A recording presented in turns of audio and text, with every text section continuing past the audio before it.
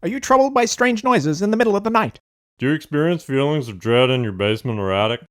Have you or any of your family ever seen a spook, specter, or ghost? If the answer is yes, then don't wait another minute. Pick up the phone and call the professionals. Gas testers. Carbon monoxide poisoning is often referred to as the silent killer. An improperly installed gas heater or stove could lead the house to be slowly poisoned with gas, leading to oxygen deprivation and cerebral anoxia, a medical term for a lack of oxygen flowing in the brain which can trigger sensory distortions, hallucinations, and will ultimately lead to death. Ba-da-bow-bow-bow-bow. Yeah. I was surprised by this movie in many ways. I gotta say, I was regretting my decision. I think this would be something I'd show to my kids. Oh, that's good to hear. I think it's about a father's love for his child. Oh, absolutely, yes. And a complete stranger's love for that man's They child. wore really ugly outfits. Puke yellow, prom night, pale blue, you know. I don't even know where to start with this Definitely film. not a movie I would consider watching unless you told me to. That's totally audible. I don't know whether to That keep... sound you're hearing? That's Pete's dog licking his ass. I've never... No, that's not audio difficulty. That's just No, him no, if tonguing you his hear- ass. If you are hearing a wet sopping sound, that is a tongue going deep to a rectum. into a rectum. To an anal sphincter. Into a butt cloaca. What does it sound like, Derek?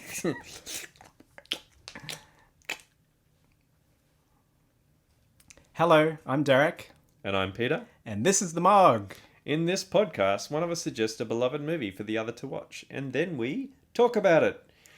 What made us laugh? What made us cry? And whether or not it explains our secret allegiance to Gozer. The Destructor. Yep. What was it? Was it Mesopotamian or was it I can't. Babylonian? Babylonian. Don't know. Yeah, that's it.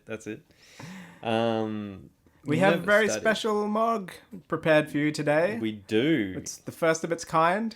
It is a conjoined mog where we are actually in the same room together in my study, covered with mess and sheepskin rugs. But we're both in Brisbane. We are. And how are you? How are you finding Vegas. Oh, it's glorious being back. it? Yeah, you enjoying the environment with my gym gear mixed in with my dog sitting on the floor, licking in places where dogs do but shouldn't lick. He is legitimately in his ass right now with the tongue. It's been about 5 minutes now. Like we were going to wait for him to finish, but I think we just decided to keep going. But what movie have we got today, Derek? It's a joint Mog. So both of us love this film. It's Ghostbusters from 1984. Yeah, love it. This is like I said when we were doing Indiana Jones and The Last Crusade that we're starting to get into like the real mainstream awesome stuff. Yeah. Like before we touched like Last Starfighter, kind of mainstream. We had War of the Worlds, not so mainstream. Deliverance. Yeah. I think that's mainstream for a different audience. But now we're getting into the Ghostbusters and Indiana Jones and all of that stuff, which is awesome because this is where it's at. This is where peak nostalgia is, man. Oh man, just so good. And First of all, I'd like to apologize for our massive gap between episodes. It's my fault, really. I just couldn't It's handle not. the celebrity. yeah, I was getting so much fan mail that I couldn't handle, and basically I told Derek that we had to take a break because The fame. I had to catch up on all the emails to direct to Derek's way. It was just turning into, it felt like spam, but it was all just this love of Derek, and there was nothing for me. So we had a bit of a falling out. We disagreed. We fought. We tore up some songs that we were writing, and then we kind of got missed. I did my solo album for a little while, and no one bought any of the CDs, and. But we're back, and welcome back everyone to The Mog. We're back to celebrate our love of film and dive deep into the process of revisiting our beloved childhood films. And I must also apologize for butchering Michelle Monaghan's name.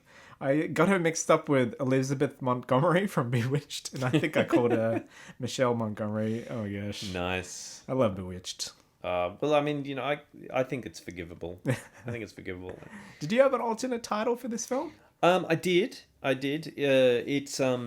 We've basically already heard it, gas testers, or the slow death by carbon monoxide poisoning. Oh man. Which has some basis in reality.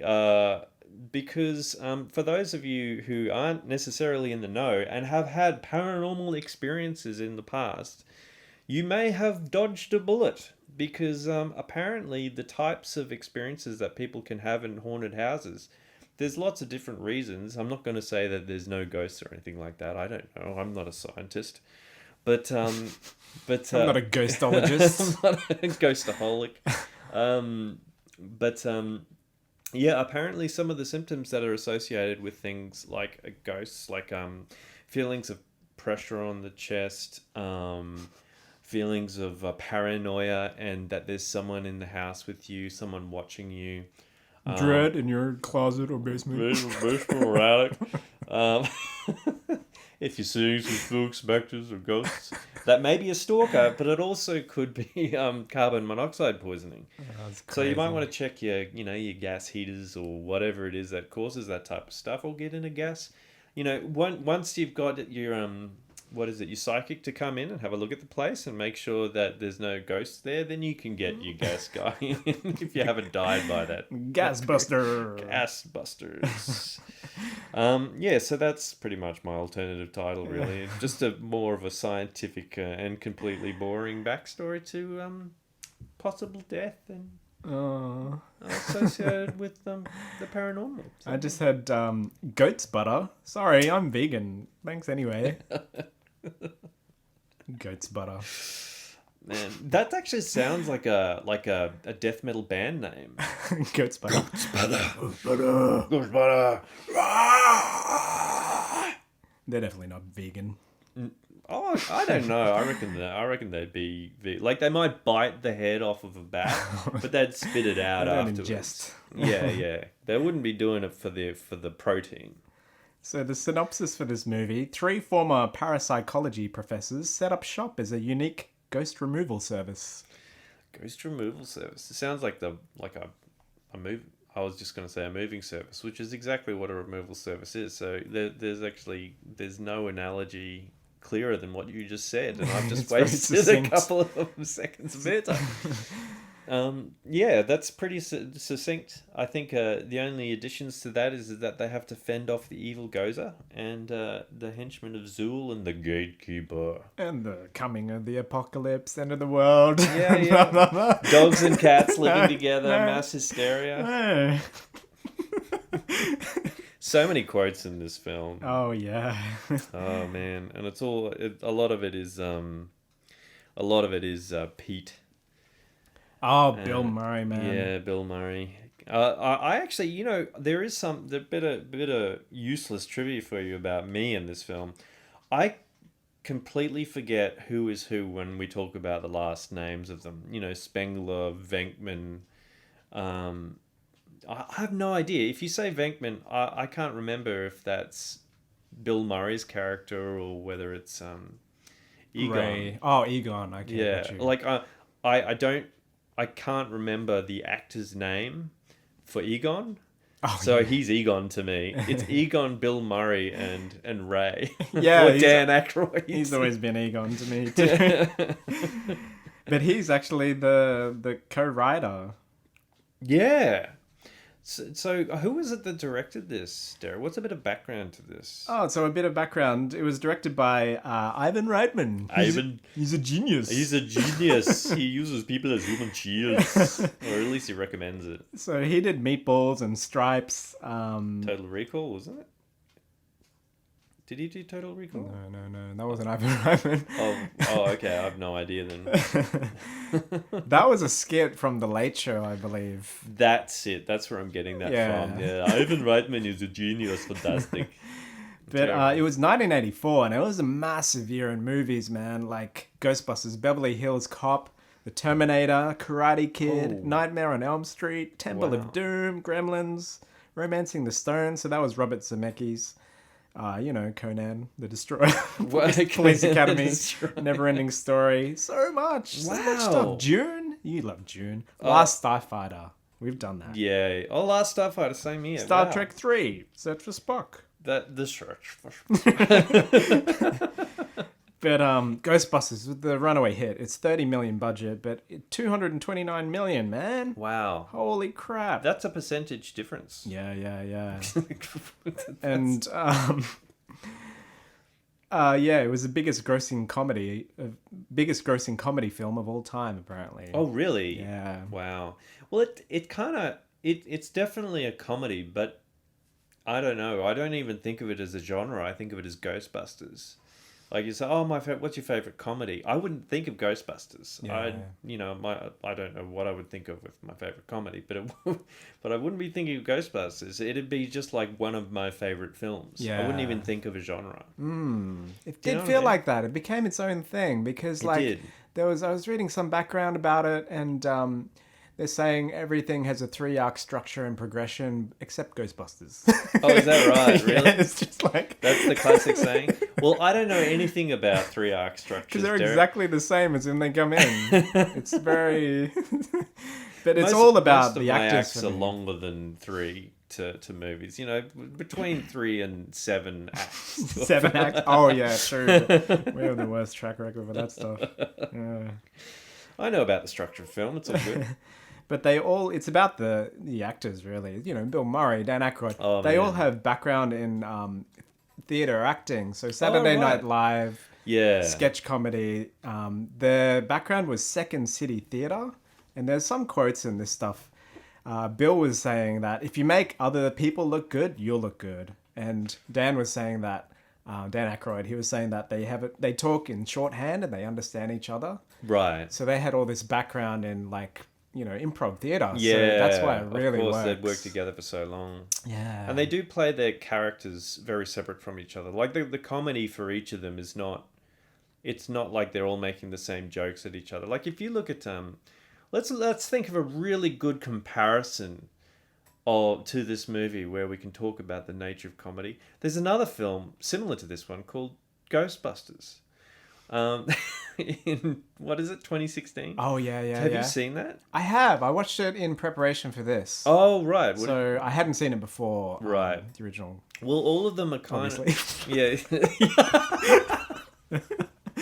Someone comes back in time and says, listen, I've got this movie This is called... the real deal. This is the real... The real deal. All women casts. None of this This is where... patriarchal No, mumbo jumbo. no, it's all matriarchal from now on. But yeah, it was.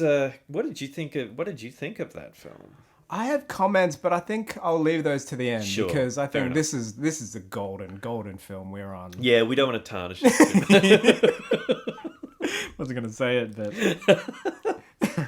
Look, but it doesn't have anything to do with the comedians. It has it's just the way that film was put together and I just think that I don't think it has anything to do with female. It's or good male that you bring comedy. that up because they are also all Saturday Night Live comedians. That's true. And so it was all the pieces were in place.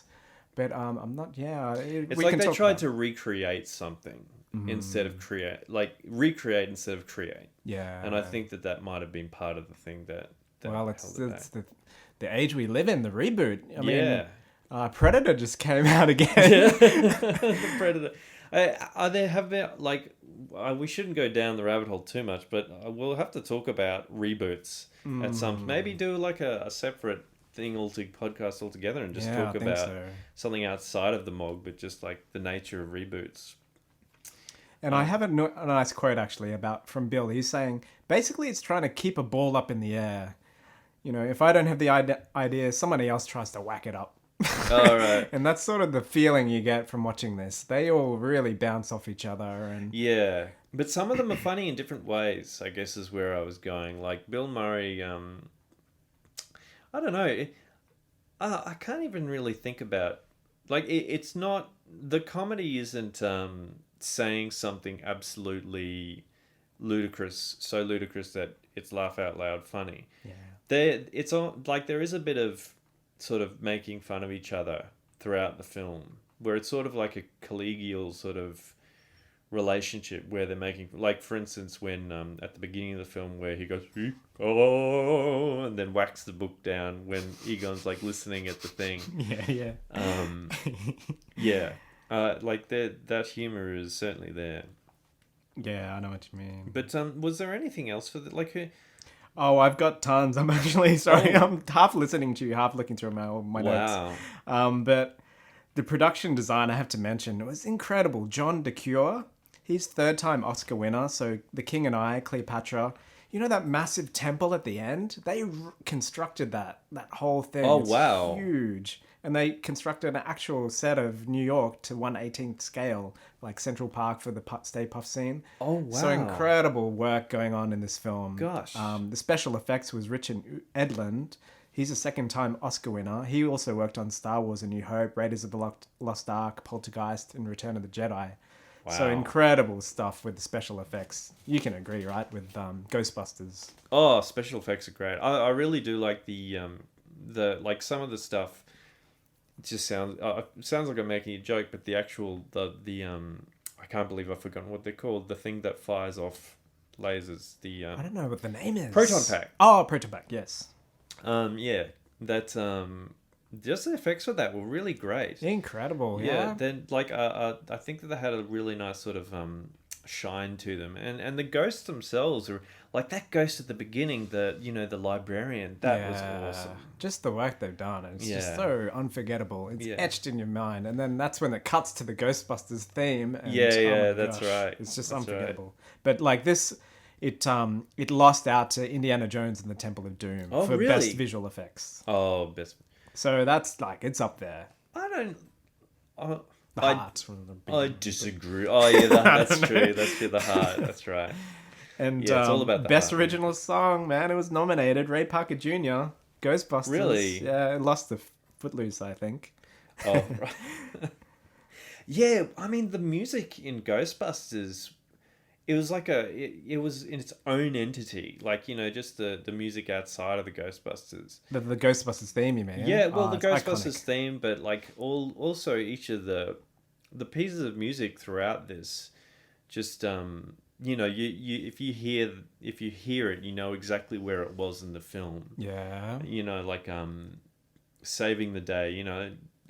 When they're in the car on the thing talking about the end of the world, and you saving the day, saving the day. Oh, yeah. Yeah. True. I'm probably getting that wrong too, and we'll have to apologize because I probably got the wrong thing.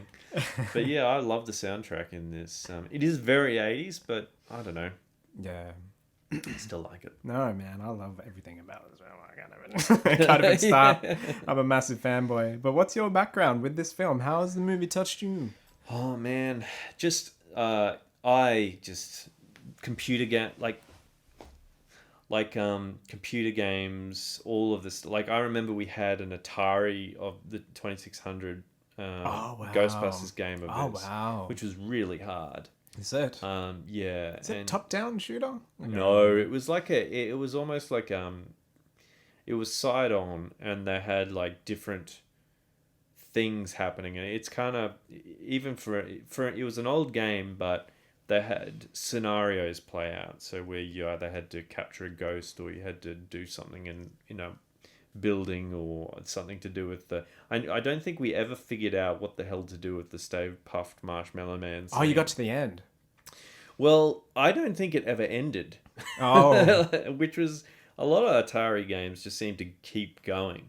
So I'm not actually no. I think there was an end.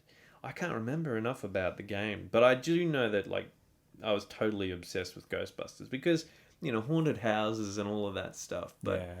just very different. Like it had the haunted library, which was really cool. Going down into the library, and I just just really identified. Actually, I do have a memory of Wow. from this.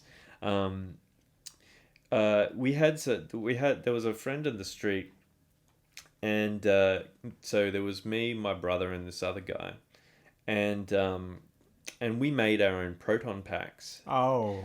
because we were gonna go Ghostbuster hunting in our old house. Who was the friend? Sorry. I've never heard this story. This is No, you fascinating. wouldn't have heard this story. No. And it's a very short story. Who was your friend? I can't remember. Oh. Yeah. There you go. So I'll take that back. So for that person out there who will never listen to this because I haven't seen you since we left the street, yeah, you're part of the mob. But I want to say Liam, but I don't think it was Liam. But anyway, we got all our things together. So we made our proton packs out of cardboard, and we had our super soakers as the proton packs and that type of thing. And basically, we're all ready to go. We're all going to have some fun. We're going to quote all the lines from the movie. And we burst through the door and we go, "We came, we saw, we kicked its ass." Hey. Hey, what are you kids saying? We got in trouble. Our parents got... I think it was my dad. He was absolutely livid that we swore Oh no. by saying us. So we got in big trouble. That is too cute. Yeah, Man. so that was pretty much the end of that scene. Well, we've done all of this work for it, and then we got in big trouble. That's cool with the swearing. super soakers though. Yeah. Oh, it was awesome. Just so, like, it had all the proton packs, and I remember making the traps and drawing pictures of it. Yeah, absolutely just obsessed with this film. It was so awesome. How about you? Oh yeah, this was a massive. I love this movie so much. I remember in grade 4 actually, we did a comedy sketch and got in front of the whole school. Oh, wow. And it was Tim, Anthony, Daniel, and Emily, who I had a massive crush on. But because I was like one of the only black kids in school, I got to be Winston. Oh, It was cool to be him because Yeah, I wasn't yeah. like. it was just like, well, we would normally give it to a guy, but we really need a black guy. But oh man, I was doing it with Daniel, and he was my best friend at the time. cool. And it was just so random, this comedy sketch, and at the end of it, we just played out a little thing of Ghostbusters, right? We had all the proton packs made and threw out the trap and caught the ghost. And at the end, we did like Happy Little Vegemites as the outro. It was sort of like a comedy sketch. Right. But yeah, we did the costumes and the ghost trap thing, just like you. All built out of cardboard. I had help from my mom and like, yeah. But we didn't have the super soak. It was all props. But we were all like, Yeah. trap it. Stomping That's on the thing. awesome. That would have been fun. And the other memories I have was like Ghostbusters 2. We saw it in the drive-in cinema. And it was billed with Total Recall, dude. So here we were waiting for this kids film. I think they showed Total Recall was first. that 1987 or something? 89, I think. 89, yeah, God. No, you're right. I keep going back to 87 for some reason because it was in between 84 and 89. Yeah. No, you're right. It was 89. And I just still remember being scarred by the melting face. Yeah, Because we were good lord. What, in Total Recall? gotta get the Mars. What about that? Get the Mars. Open your mind. But this film really began my love of Bill Murray. Like later in Groundhog Day, he's just a comedic genius, man. Yeah. And I loved Egon at that time. All his gadgets, and I just love all the gadgets. Just drawn to technical things and pulling things apart, and electronics and. Yeah, absolutely. And they each had their very distinct personality. Ray was super enthusiastic, and you had Pete Venk. Is it Venkman? It is Venkman. Yeah. Who's just as sort of he's a charlatan and a skeptic. It's just but it's kind of he ends up being right that they're a ghost, but like he would just sell it even if it was wrong. So yeah, it's true, isn't it? Yeah. And then you've got Ray, who's just like a little kid, super enthusiastic. Yeah. And you've got Egon, who's just And it really works with that dynamic. It's a nice dynamic. And it really feels more natural. It doesn't feel like it's not a dynamic where you say, oh, that's the straight guy, and oh, that's this guy, and oh, that's that guy. They all play like except for Venkman, they all kind of play a straight character. And his is a bit more on the cynical charlatan side. He's just a little bit more I don't know, sarcastic and jokey type thing. But he's great. Bill Murray just, he takes the scene. And I like also the fact that I don't know. This came about with Stranger Things. Like they had the Ghostbusters song in season 2, and Oh, yeah. it's coming about this era where it's like it's all about the geeks. It's making a big comeback now, like Big Bang Theory. It's so popular, and Sheldon is basically Egon. I think he's just that Yeah. character. And Absolutely. Ready Player One, the geek is the hero, and Yeah, you're right. It's only taken about how many years has it been? It's only taken about 30 years or 20 yeah. 30 years for them to, people who play computer games to actually be considered a hero in some ways. I'm not sure if that really should be the case, but it seems to be like just it is like all of that nostalgia trip is just full on happening now. And yeah, in Stranger Things you've got the kids who are all into Dungeons and Dragons and all of that sort of stuff. So yeah, you're right. A lot of the geeks and the nerds are being seen in a lot more positive light and recognized in a lot more positive light instead of they're not like the butt of a joke anymore. Yeah. So yeah, no, you're right. You're right. That's a good point. That's a good I point. think that's why I really love this film as well, because I was a geek. Yeah. Let's just face it. Egons. Yeah. No, you're right. You're right. Shall we get into the acts? Yeah. So what's your act 1? Where are we gonna get the money? I don't know. I just love that. That's line. He takes a swig and it's like, I don't know. I don't know. And then they sell his house. Yeah. How about you? Oh, act 1. No, look, I don't really have an act 1 or act 2 or act 3, unfortunately. Oh, okay. It's fine. I wish I did. It's all good. But I guess I don't know. I don't know is a good one. Or she's telling no. What is it? I was gonna say 8 o'clock. You're a legitimate phenomenon. That's from Bill Murray's cracking onto the college student. Yeah. Yeah, and Oh, Yeah. What was yeah. the 8 o'clock thing? Oh, The time. They're booking yeah, the time. yeah, Yes, booking yes, a time when they're having a date. So just like a definition of the sleaze bag. Total sleaze He's bag. letting her in. So it opens with a theremin. Yeah. Spooky So music. good. Library wide shot. Really great setting. Because it has to be quiet. It sort of sets it up that way. Yeah, it does. And this theremin is synonymous with sci-fi, Yeah, that's true. That's true. So it's very well established. I didn't coming even in. think of it as a theremin, but you're absolutely right. Yeah. And then the books go flying, man. I love that where she's just walking along and things are kind of, and they move, the books move Yeah. across and she turns. It really just and that throws you. spooky music plays, yeah. And it is it's a good spooky music. It's like the first time you see a theremin being played where it doesn't feel hokey. Oh, yeah. Or maybe it does, it just doesn't to me.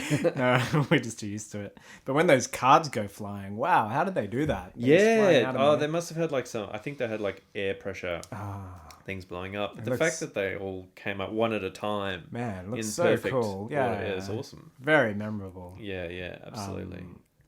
And then she's sort of running away, and then she runs around a corner, and there's that blue light flashing, and she gets all freaked out, and that's when it comes, the Ghostbusters theme. And then it goes into him walking.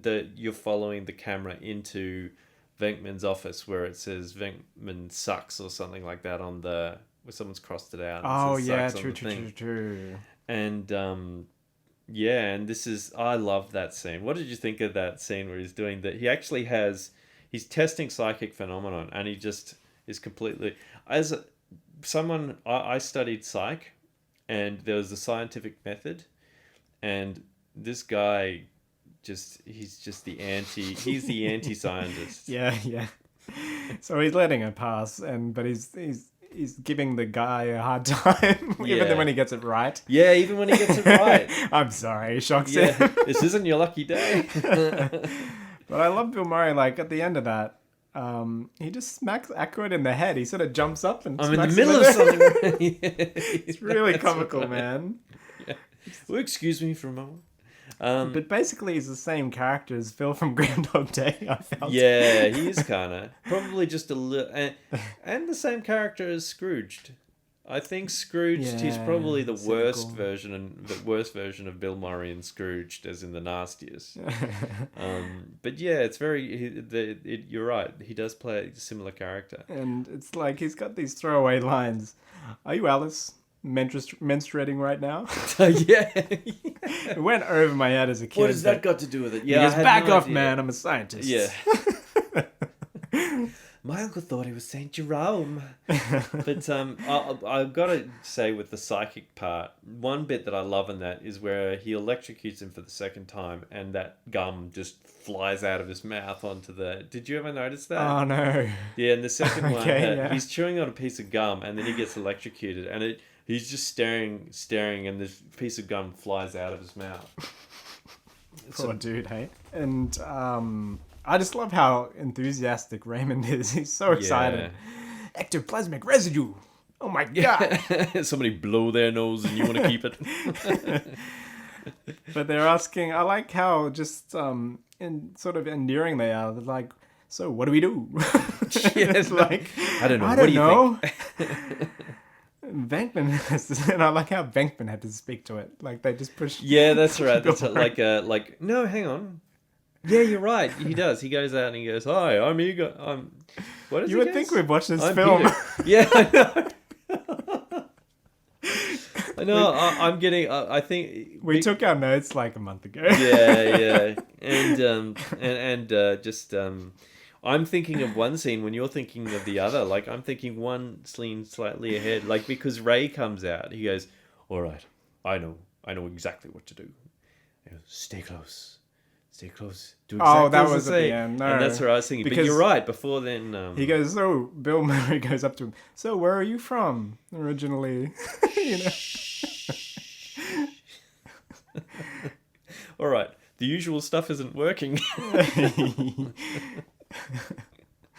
Yeah, and that's when the ghost transforms, and that's awesome. Yeah. That's just one of the best transformations. I thought that's where the title was at the end of that, where they all run out. No, because no, it isn't, because the piano music plays. Oh, that's right. Yes. Yeah, Yes, yeah. and he goes, "Did you see it? What was that? We'll get back to you." What? That's right. Yes. And then I love that little piano riff. You know that where they're It's very much laughing. like the intro to the Mog. It's got that feel to it. Yeah, it's good. But Egon, I'm always serious. Yeah, Just looks dead at him. Yeah. I'm gonna have to change some of the things I said about you. And then he holds out a chocolate bar. You've earned it. There's going to be so many bad quotes. Me saying so many bad quotes out of this film, and I just can't help but do it. But yeah, but I really do like the different characters and the way that they're talking, and then they get back to their offices and they're getting kicked out. Yeah. And at that point, he's asking where are we going to get the money to start it up. Yeah, and he's yeah, like, yeah. I don't know. I don't know. Reminded me of The Simpsons. What's your first name, Mr. Burns? I don't know. Yeah, that's right. Hello, I am Mr. Burns. I don't know. But at that point, they find the fireman's place, and they're complaining about the rent. But then Dan Aykroyd, he's still so eager, like a kid. He goes, "Does this pole still work?" Yeah. Wow. This place is great. Yeah. When we move in, you got to try this pole. I'm gonna get my stuff. And you can tell before then they're actually just trying to sort of bargain the price down lower. Which Egon's prepared this whole spiel where he's and the neighborhood is like a demilitarized zone. And then it just completely destroys their scene with Ray coming down with his enthusiasm. Yeah. And I guess they go ahead with the place, and we cut to Dana, so Sigourney's character, just casually walking onto oncoming traffic with groceries and a cello. That's it. You can tell she's done it before. It's New York. But Yeah. Lewis, at that point, he's sort of the he's introduced. great. He's so good. He's just non-stop he talking. steals scenes, that guy. He's so good. He What's reminded his me name? of Paul a bit. What's his name again? Oh no, it was Rick Moranis. That was it. Rick Moranis, yes. I love him, man. Oh, he's awesome. So good. He's so memorable for me in Little Shop of Horrors. He was the little main character. Actually, I've only seen that I think once, Little Shop of Horrors, and I found it strangely disturbing. It's dark. It's Yeah. in line with all my childhood films. Feed me. Just eating people. Plant that eats people. And that's it. That's it. So Rick Moranis comes in as Lewis. Oh, he's just so good. And he's got his, like, a lot of his stuff was ad-libbed, apparently, so even though you do your own tax, which I don't think you should do, he just adds these lines in, non-stop talking, and he locks himself out. It's the running gag. Yeah. It's so good. She walks past, she tries to tiptoe past, and no matter how quiet she is, he always hears. Yeah. And then they introduce Janice at this point, the secretary. I just love the dynamic between Egon and Janice. Yeah. It's like, print is dead. Well, it's very fascinating. I read a lot myself. So I don't know. I didn't have many comments. I just had Bill Murray jumping over the railing as soon as Oh, they yeah, get the that's right. call. As soon as someone comes in, yeah. I'm sorry, this is a good... Yes, it is. Can I help you? I'm Peter Venkman. And we're jumping forward ahead, but basically Dana has this experience where she Yeah, that's right. The exploding eggs. eggs, yeah. Boiling on the tabletop, and counter. then opening the fridge, and Zool comes through. And I never heard that. I just heard like a... I never knew he actually said Zool. Even though she said he said Zool, I could never pick up Zool. Oh, okay, yeah. It was very cool though. Cool Oh looking. yeah, and the you can see the little the actual temple and all of that stuff. Yeah, it's Yeah, really cool. so that was all sets. I didn't realize. I thought that was some sort of, just painted on thing. Yeah. They built all that stuff. It's I didn't crazy. realize that. That's yeah. awesome. But so then they hire the Ghostbusters, and then Bill Murray goes, he's like sleazing on, basically. Yeah. So the bedroom, nothing happened in there. What a crime. And I like it before then when they're interviewing her, and what was it? He goes, tell you what, I'll go back and check her out. I'll go check out her apartment. Yeah, I love Bill. But then later on, he's like moving ahead in only a way that Bill Murray, only a way he can. I'm gonna go for broke. I'm madly in love with you. He just throws it out there. It's like really early on, but he's just stepping it up, and Will you please leave? he's that eccentric. He can Yeah. get away with it. And then she threw me out of her life. She thought it was a creep. She thought it was a gig. Probably not the first. You are so odd. That's right. Yeah. I've got it. I'll prove myself to you. Yeah. And so they get their first real call with the hotel.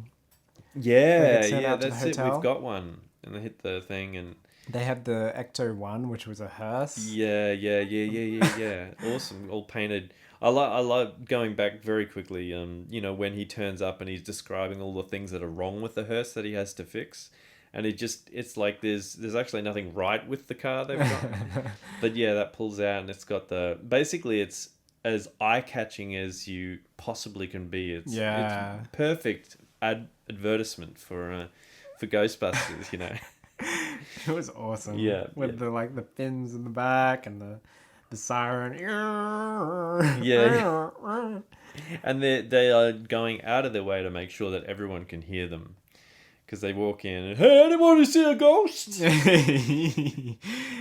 the manager, he's like the perfect comic. He's playing sort of, I don't know, it was like a John Cleese type character. Yeah, he I was, felt. wasn't he? Yeah. He was very much a John Cleese type character. Shh, it's through this way. And then at this point, they're in the elevator and goes, so switch me on. Oh, I love that.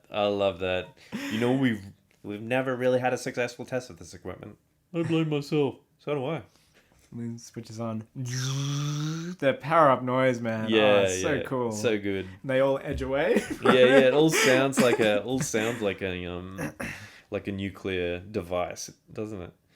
And then they go for the hunt for the ghost. And it was Slimer. It was Slimer. Oh man, I have such fun memories. They of never Slimer. had a name for it in the first movie. No, but later on there was the cartoon and Yeah. Ghostbusters 2 and like it was Slimer.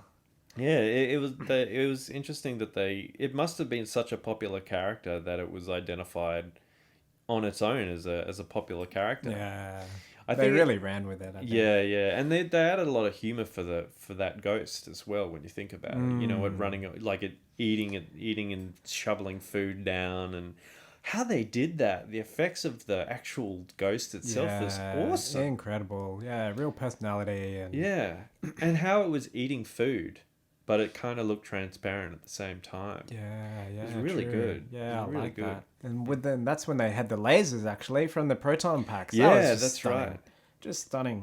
I like the bit where he sees the ghost for the first time and he's like freaked out. This is Ray, I think. And he's smoking a cigarette and the cigarette just sort of hangs on his lip for a while. Yeah, it's a very cool effect. There's It's so like- much smoking. He just non-stop smoking. Yeah, in there this. is a lot of smoking. in this.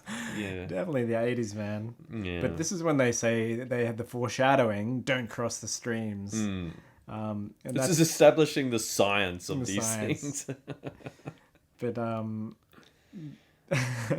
just I love the dialogue of this where like, don't look directly at the trap. I looked at the trap, Ray. And just bumbling. They're Yeah, I just trying know. to They find out completely have no idea what they're doing. This is the discovery of a the new honesty science. and the rookiness of Yeah, it. yeah. It gets you on board with them, I felt. I looked at the trap, Ray. And he goes, I always wanted to do this. And he sort of rips the cloth off the table and everything shatters. And he goes, the flowers were still standing. So gold, man. Just bitter, just like it just comes so hard and fast, and it's great. You know, you're seeing the wedding cake exploding and all of the sound of clattering and stuff, and the guys outside are desperate to get in because it sounds like they're trashing the whole place, and they actually are. Yeah. And that was all I had for Act 1, man. Yeah. Oh no, it was awesome, and just all of that, and that's where they had the line. You know, we came, we saw, we kicked its ass. Oh, yeah. And that was great. And I love there's a little bit in there where Venkman's just sort of negotiating how much it's going to cost, and you can see Egon's just holding up his fingers to say how much it's going to be. I missed that. Yeah, you look back, you see that he's just getting one eye on Egon the whole time, and Egon's just rubbing these fingers against his It's head. all to very show how subtle. much- There's so many Yeah, layers. there's to so this. much. It's awesome. So I had Act 2 with the montage. That's when the montage Yeah, that's started, when I they thought. get. That's it. Yeah. You got to have a montage. So I had Yeah, Act 2.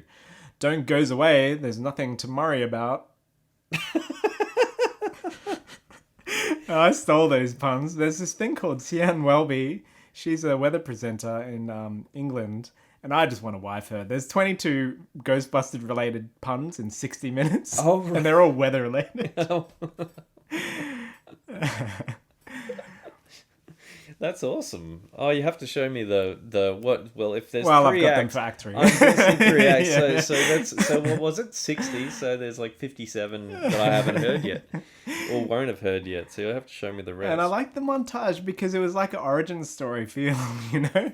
Yeah, Where yeah. they just go through the progression of how they started. Get popular, Yeah, and they get have popular. like real life presenters talking about the Ghostbusters and doing interviews. Larry King, I think, was there. Yeah, that's the one. Yeah, and And- I think there's one question on everybody's lips, and how is Elvis, and have you seen him lately? And I just love that it's all in New York, man. It's just so epic. Yeah, Just, yeah. It's like all on location in New York. There's something about it. I think that's when I first fell in love with New York. It does have a real nice vibe to it, doesn't it? Mm. It has a real city vibe, good city vibe. But what did you think of the lady in the dream Oh, it gives... Yeah. as a kid? I don't even remember that as a Yeah, kid. yeah. Yeah. It went over my head. I didn't know what was going on. Like like, why was his eyes going cross? What was going on? Oh, yeah. We were too young, man. No, I had no idea. No idea. But I love Annie Potts as the secretary. I love her sort of Queen's accent. Is it just a mist, or does it have arms and legs? Arms and legs. It's so good. And I love it. And Winston comes in at that point, the token black guy. Yeah, that's right. They're hiring. And I love her question where she just runs through all of this list of good. I've got that. Oh, you do? Janine Melnitz. Do you believe in UFOs, astral projections, mental telepathy, ESP, clairvoyance, spiritual photography, telekinetic movement, full trance mediums, the Loch Ness monster, and theory of Atlantis? Oh, if there's a steady paycheck in it, I'll believe anything you say. boss. Oh god. But I love. But he was smoking too. Yeah, there's so much smoke in there that the sets must have stank. But I do like the bit where she's feeling overworked and you promised me you'd hire more help, and he says something which is pretty. Actually, he sounds like a dick when he replied to saying like we can get someone else. It's just like that was probably the one thing watching it again where I thought, oh, that was a bit of a dick thing to say. Yeah. But I love it when the phone's ringing and she answers. He goes, Ghostbusters, what do you want? What do you want? Perfect customer service. Yeah, I love her. I think she reminded me in many ways of Cyndi Lauper. It was like an 80s thing. Yeah, there is that kind of good. Yeah. Yeah. I know what you're taking. That voice, yeah, absolutely. But I absolutely love her. And then they cut to the Lincoln Center in New York, where because she's a cellist, Sigourney Weaver's character. That's right. And Bill Murray's continuing his quest. You were the best one in your row. You're good. Most people can't hear me with the whole orchestra playing. So good, man. And then he looks across at the guy who's sniffing pudding stiff, and what did he go? Who's the stiff? Yeah. I didn't have many notes, but I sort of cut forward to the EPA guy. God, he was so slimy, man. He's so awesome. great. I really feel for that actor. He apparently ruined him. Yeah. No one liked him. It's terrible when you are so good at the role that you've been given that people identify you strongly with that role. Yeah. And then you're a bad guy. He was good, man. He was so slimy. good. Just the way that he would speak, that sort of things. Yeah. Well, you can have your way, Mr. Venkman. Yeah. So good. oh, man. And But at the that thing point, is- they were talking about the Twinkies. Well, before that, with the EPA guy, he's right. Yeah. Like the EPA coming in and saying that we're concerned, the Environmental Protection Agency, he's kind of right to be turning up and Yeah. asking these questions. But shutting it down Yeah, like without understanding it. yeah, Pete Venkman just shutting him down. But the shutting down was, I agree. If we're gonna have a very argument, if we're gonna debate the sides of whether this guy was a good guy or not, he was not a good guy. but the concern of the EPA coming in, I think, is absolutely valid. Just talking about the plot points here. But I just was so distracted by the Twinkie, man. It looked so yum. Oh, I had to man. just stop eating the Twinkies. You remember that? That's a big Twinkie. That's one big Twinkie. Yeah. Well, you know what? When he was talking about that, you may be able to tell that I've almost memorized all of these lines. I have noticed actually. Because we're just talking face to face now, and I'm not looking at my quotes or No. anything like that. And but I'm getting them wrong as well, I'm sure. But I didn't know what they were talking about. Like he was saying this Twinkie, I don't know. Like You didn't as a know what a kid, I Twinkie didn't know was, what a yeah. Twinkie was. Like if it had said this cake in my hand. Oh, okay. Instead of a Twinkie, I had no idea what it was. But and I've got so cutting back to Rick Moranis, I did have his name in here. But he's so good at the geek, man. oh man, The door gag, it gets me every time. Yeah, This gets left out. And I like it how she's kind of nodding as she's walking in, like she's listening, but she's not really listening. She doesn't know what he's saying. And somebody let me in. And then she closes the door. This time, Bill's rocking up for his date, and she's already possessed in this time. Yeah, well, I don't know if you've noticed, but that scene where she gets, like, I used to find that scene terrifying. You know, where the door's molding and changing as she's talking to her mum, Yeah. and she's sitting in her chair, and the door behind us looking at it, and she looks at it and she swears, and I think that one of the hands is groping her. Oh, with the chair thing? When it grabs her back? All her arms have come out. I think that there's a bit of a grope going on. Oh, yeah. Like a bit disturbing. I'm pretty there. sure that was Bill Murray's hands. Because he goes later on and just says, "Are you the keymaster?" Closes the door. Yeah. Opens it, knocks again. "Yes, I'm the keymaster." Yes. I'm a friend of his. He told me to meet him here.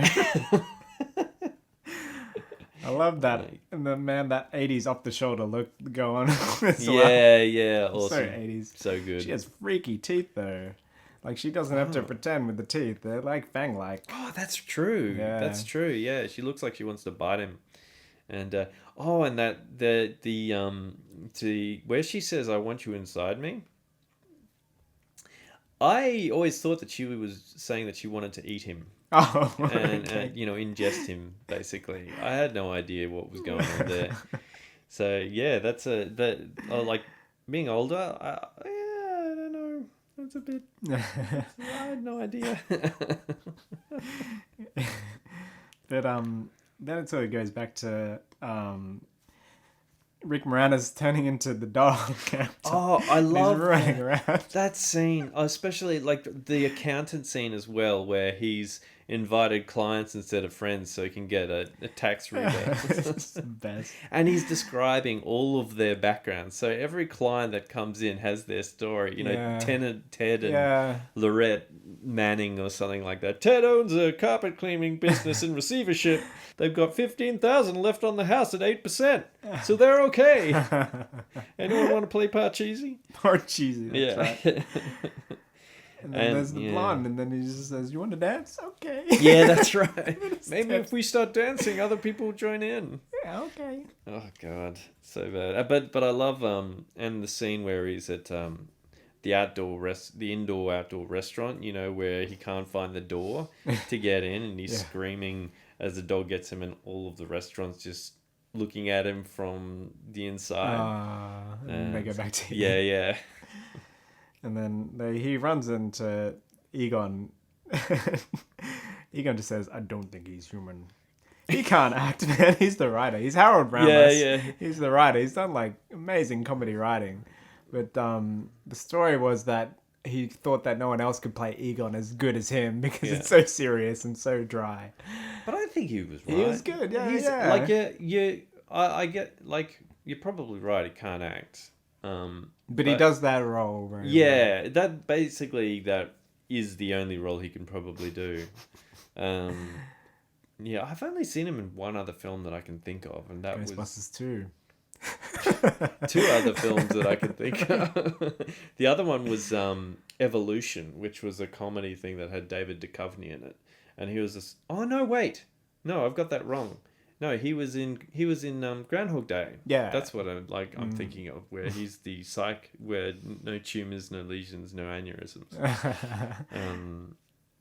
Yeah. But Yeah, he's I thought he was good as Egon. Yeah. Yeah. He passed away I think recently. I think Yeah, last that's year. right. Really sad. But then like Winston, he's sort of building it up in the car, so he didn't get much dialogue. He's the token guy. I think it was meant to be Eddie Murphy, but they couldn't get him. So Oh, is that right? they would have given him more dialogue if it was Eddie Murphy. But he's going on about Judgment Day and, the biblical, quotes from the Bible. It sort of built it up, I felt. Yeah. No, I actually like Winston. He was almost a straight man. Yeah. In a way. Yeah. Like he came in as an outsider, as a regular person coming into this crazy situation, talking about being steady paychecks and all of that type, and talking about Judgment Day and, pointing out all that type of stuff. Yeah. I think that actually does kind of work well, where he's a bit more serious than the other ones. Well, just mentioning Judgment Day sort of built it up. And Judgment Day. But yeah, there's like the ghost montage in New York at that point. And they showed the Twin Towers, and I was like, oh, that's sad. Yeah, it is sad. But Is this when the place explodes and the EPA Oh, sorry, guy yeah, comes yeah, in? yeah. Yeah. And he can't like shut it down, shut them all down.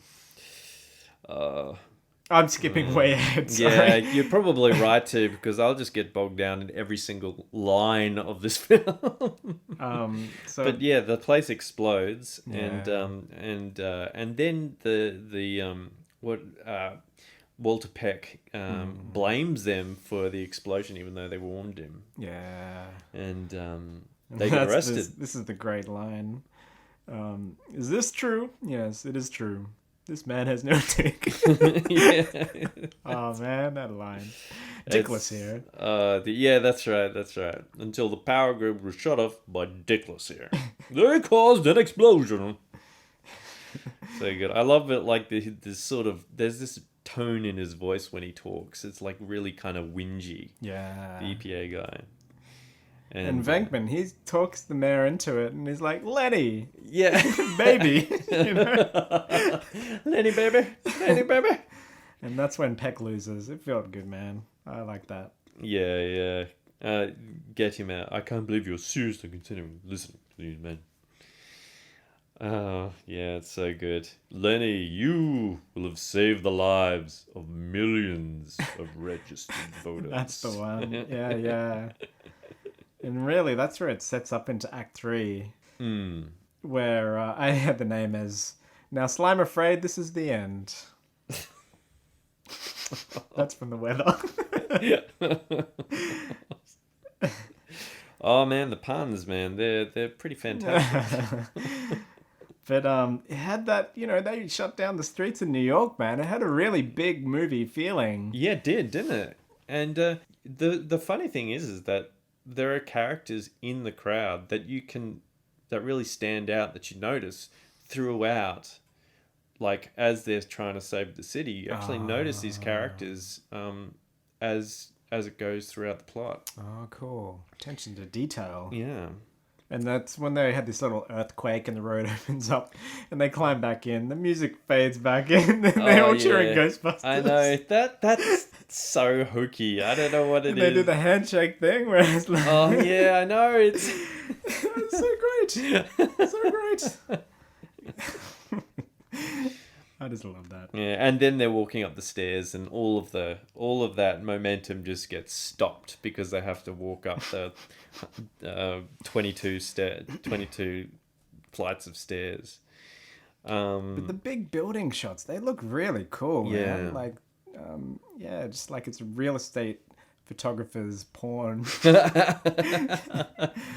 these Bow, chicka, vistas. wow, wow. Yeah. Very, very tall, very, very powerful. But Sigourney, man, them legs, she's really working it. When she's just sort of...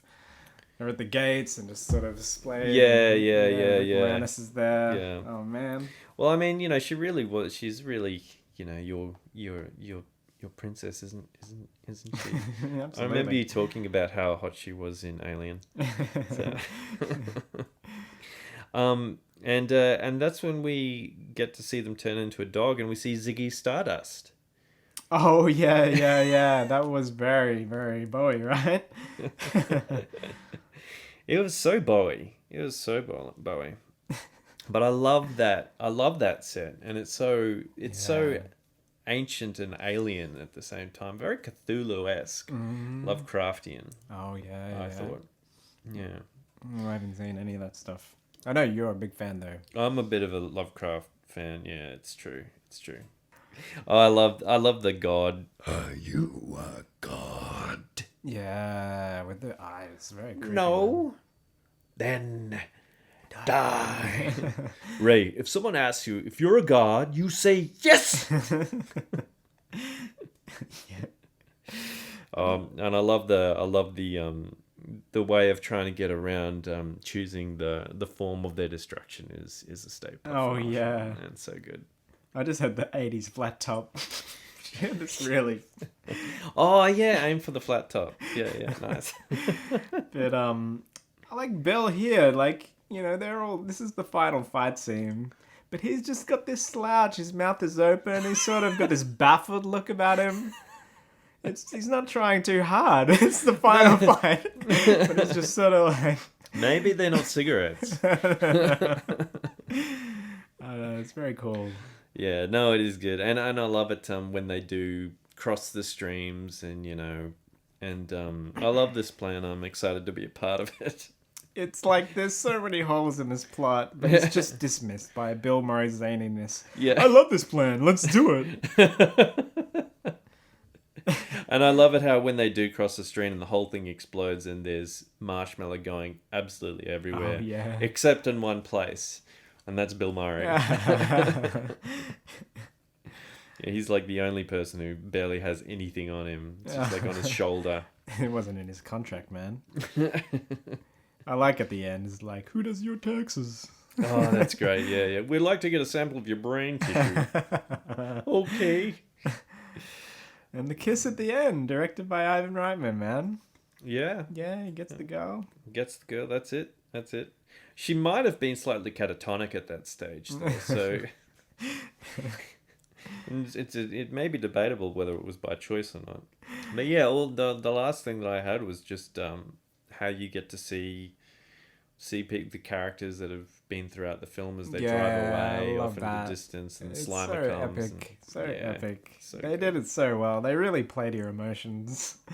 And I saw Bill Murray on David Letterman, and he is so crazy that they are blood brothers. This must have been way before HIV scare, because they prick themselves, they cut themselves in blood on live TV. Oh, really? With David Letterman. Letterman. They're Wow. actually blood brothers. That sounds like something Bill Murray would do. Because doesn't he like turn up to people on the street and do selfies and turns up in people's photos and just turns up to weddings and stuff like that? So crazy. But I have so much more respect for Letterman now for going out with that. Because you can see he's like really nervous. Oh, and sweating, really? but he does You it. saw the footage. Oh, He does wow.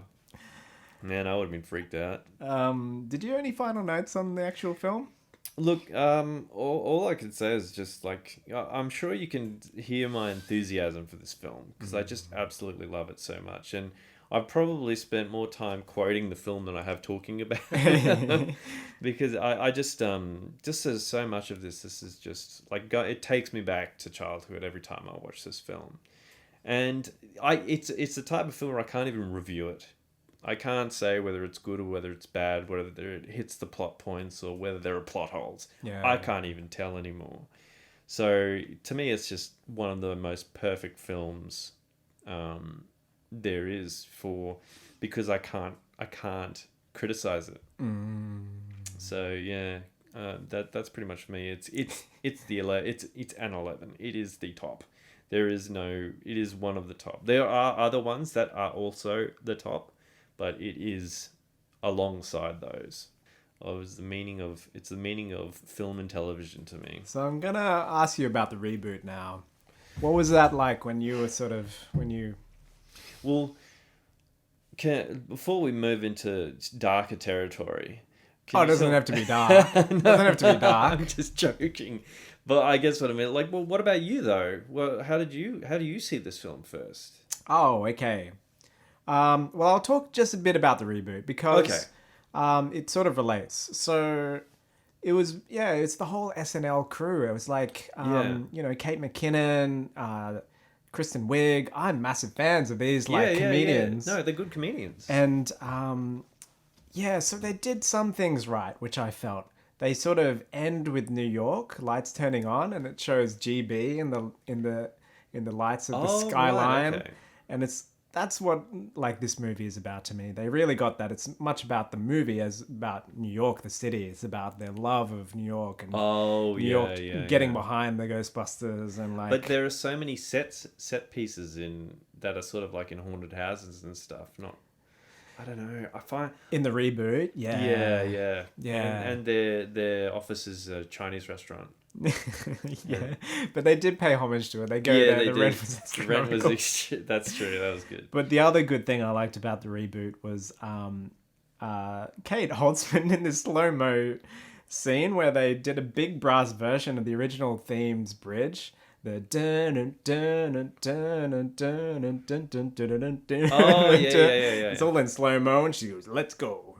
You got Holtzman, baby. That was epic, I thought. I can't even remember that. Like, I must admit, I didn't have a real positive experience watching you Ghostbusters. didn't I at didn't all? go to the movies or anything like that. I like that they kept the same song. That's a true. classic. It is. Yeah, it is. It is nice that they updated that song, and it is a good. It is good to pay homage to some of that stuff. But then they had. Oh man, I just don't want to talk too much about it because Oh, I you feel really like. didn't have a good experience with it. Well, look, I must admit I did like the receptionist character. Oh, the Aussie guy. Yeah, yeah. Okay, I yeah, can't believe Hemsworth. my brain, Chris Hemsworth. Yeah, just because like there's just he does like the there's stuff dumb I can blonde. remember Yeah. himself, like the glasses thing where there are no lenses. But he just said he was funny, Yeah. and the thing is like it's like I've seen Kristen Wiig and all of that in other films, and it's great. Yeah. I love her in Anchorman 2, Yeah. where she plays with Stephen Carell, and they're just playing alongside each Oh, other, and so they're good. just so good. She's incredible. I She's think, great. like, she really nails this awkward humor, but like in the way it's presented in Ghostbusters, the reboot, it just feels too awkward almost. Yeah. Like, it's not. Yeah, I it's think not I know around what you that- mean. It yeah. kind of halts the plot a bit. When I think the jokes that they're trying to tell do sort of, they don't sort of form part of the plot in some of the Yeah. ways. The other thing as well, I felt that the special effects, they made me think of Scooby-Doo. Oh yeah, that cartoonish look. Yeah, that cartoonish look. Yeah, it was I a little agree. too cartoonish. I don't know. Maybe I'm probably being just overly pedantic or something. But No, I can yeah. see that. Yeah. I just felt that. Yeah, I don't know. As far as my final thoughts on the film, there's this guy that did some really nice retrospectives of old films, sort of like what we're doing, Oliver Harper. And he sort of comments that it's really the chemistry that makes the film. Yeah. So like Dan Aykroyd, he's the heart, the energy, the enthusiasm. He elevates the movie. And Bill Murray's the mouth. He's always wisecracking and always talking off. Harold Ramis is the brains. And so this film is massively high on my nostalgia meter as well. So we grew up in the 80s. There was a cartoon, there was all the merch, and there was a decent gap man, between so the much sequels. merch. So when the sequel came out, it was just like, you just went crazy, I man. loved the sequel. Yeah, me too. I know people hate it No, because I they loved say it it's a too. rehash of the first one, but I love it. And the special effects and Ray Parker Jr.'s anthem, man, it is so, like, it just chills you when you hear that bass line. Absolutely. Boom, boom, boom, boom, boom, boom. And the dance, they were doing that dance. Oh, yeah. And I listened to Ray's other songs. It's like, they're quite seedy songs, man. I got some lyrics here, let me go. I know when a woman reaches her 20s, she feels like she's running out of time. The other woman, I know the rules of the game. You hit it once, then you break it off clean. I don't remember the melody. Oh gosh, I'm not gonna go on. But this team, it's an epic comedy-winning team. Harold Ramis, he's Groundhog Day. Bill Murray, Dan Aykroyd, Coneheads. They revisited their SNL stuff a little with this. Like they played off each other, Right. and there's like a lot of criticism about this film, saying that it's about nothing. Which film? This film, Ghostbusters. This film? Yeah. They said there's no arcs. The characters are pretty much the same as they went in when the movie started. There's no development. They're just like... That's true. That's a good point. So they're questioning, why does it work so well? And, I think that's a good question. I don't know the answer. Maybe it's that you do get to see how their personalities do... How they apply their personalities to solving the situations as they come along, maybe? Yeah. I don't know. The dynamic is what... Yeah, like, it's not like they have it's not like... I mean, they could have played with the arc of Pete Venkman where he becomes less of a douche, but I guess he ends up with with Sigourney Weaver, so he doesn't really have to.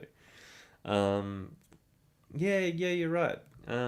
And like it really could have easily gone all wrong because when you think about it, the climax is a giant marshmallow man. Yeah. It's really high out there. Actually, you know what it is? It's that I think that the character arc is not in them individually. It's the character arc of the Ghostbusters.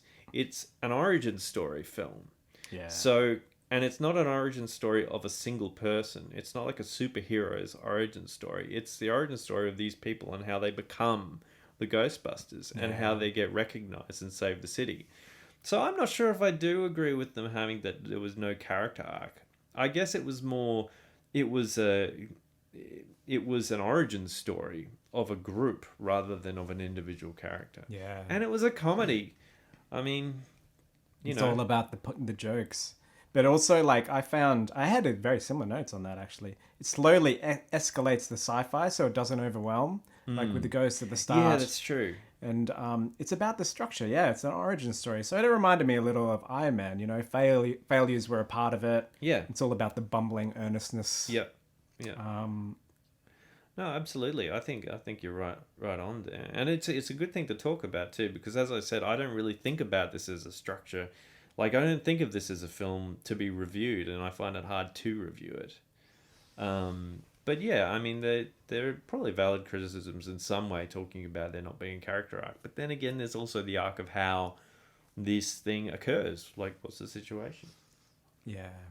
But absolutely loved watching this again. Thank you for watching it with me. Oh, well, we didn't. Well, watching it separately, but talking about it together, man. just you and me chatting away about this film. I think it's fantastic. And thanks again to all our loyal and lovely listeners. Yep.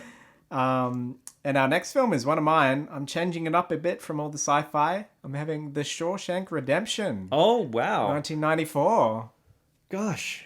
Yeah. Wow, man. That's a full-on movie. It's a massive favorite, though.